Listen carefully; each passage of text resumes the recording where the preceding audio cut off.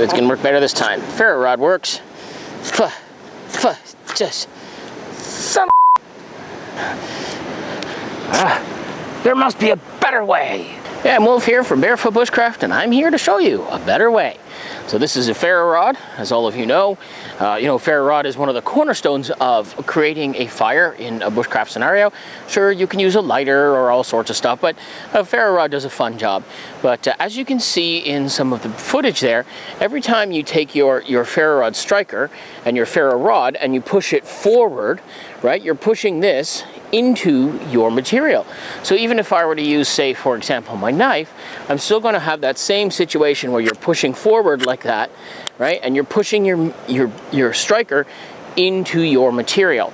But I'm going to show you a quick technique today that's only going to take a couple of seconds to show you, to stop you from being able to push around all of that material and get your fire started faster and more efficiently.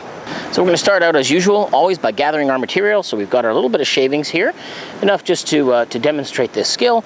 I've got my cotton ball here just because I like cotton balls. I can certainly do it without the cotton ball, but today I just want to use that. All right. So again, just like I was demonstrating, so the easiest way to do this is you take this, your striker, whatever it is, even if it's your knife, and you push. Right? But the problem is, again, just like I demonstrated, if you crash this into it, it's going to send your material flying.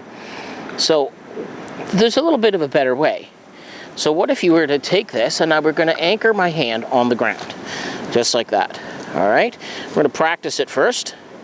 Okay, going to anchor my hand. I'm going to put the ferro rod, I guess I could go over, but usually most people go under. Okay, and now instead of pushing this forward, I'm going to pull this backwards, and let's try the effect. Okay, let's try it this way. See the difference there? So instead of this smashing into all my material and blowing it everywhere, we're going to do it like this. So I'm going to take my hand, I'm going to anchor it right on, I'm going to put my hand physically right on the material that I'm going to work on. I'm going to take my rod, I'm going to hold my striker here. Look at that. Fire.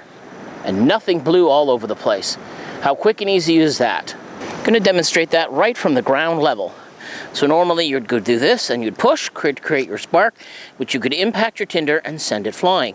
But if I take my hand and I anchor it just like this down into the ground, put my ferro rod on it like this, and I just pull.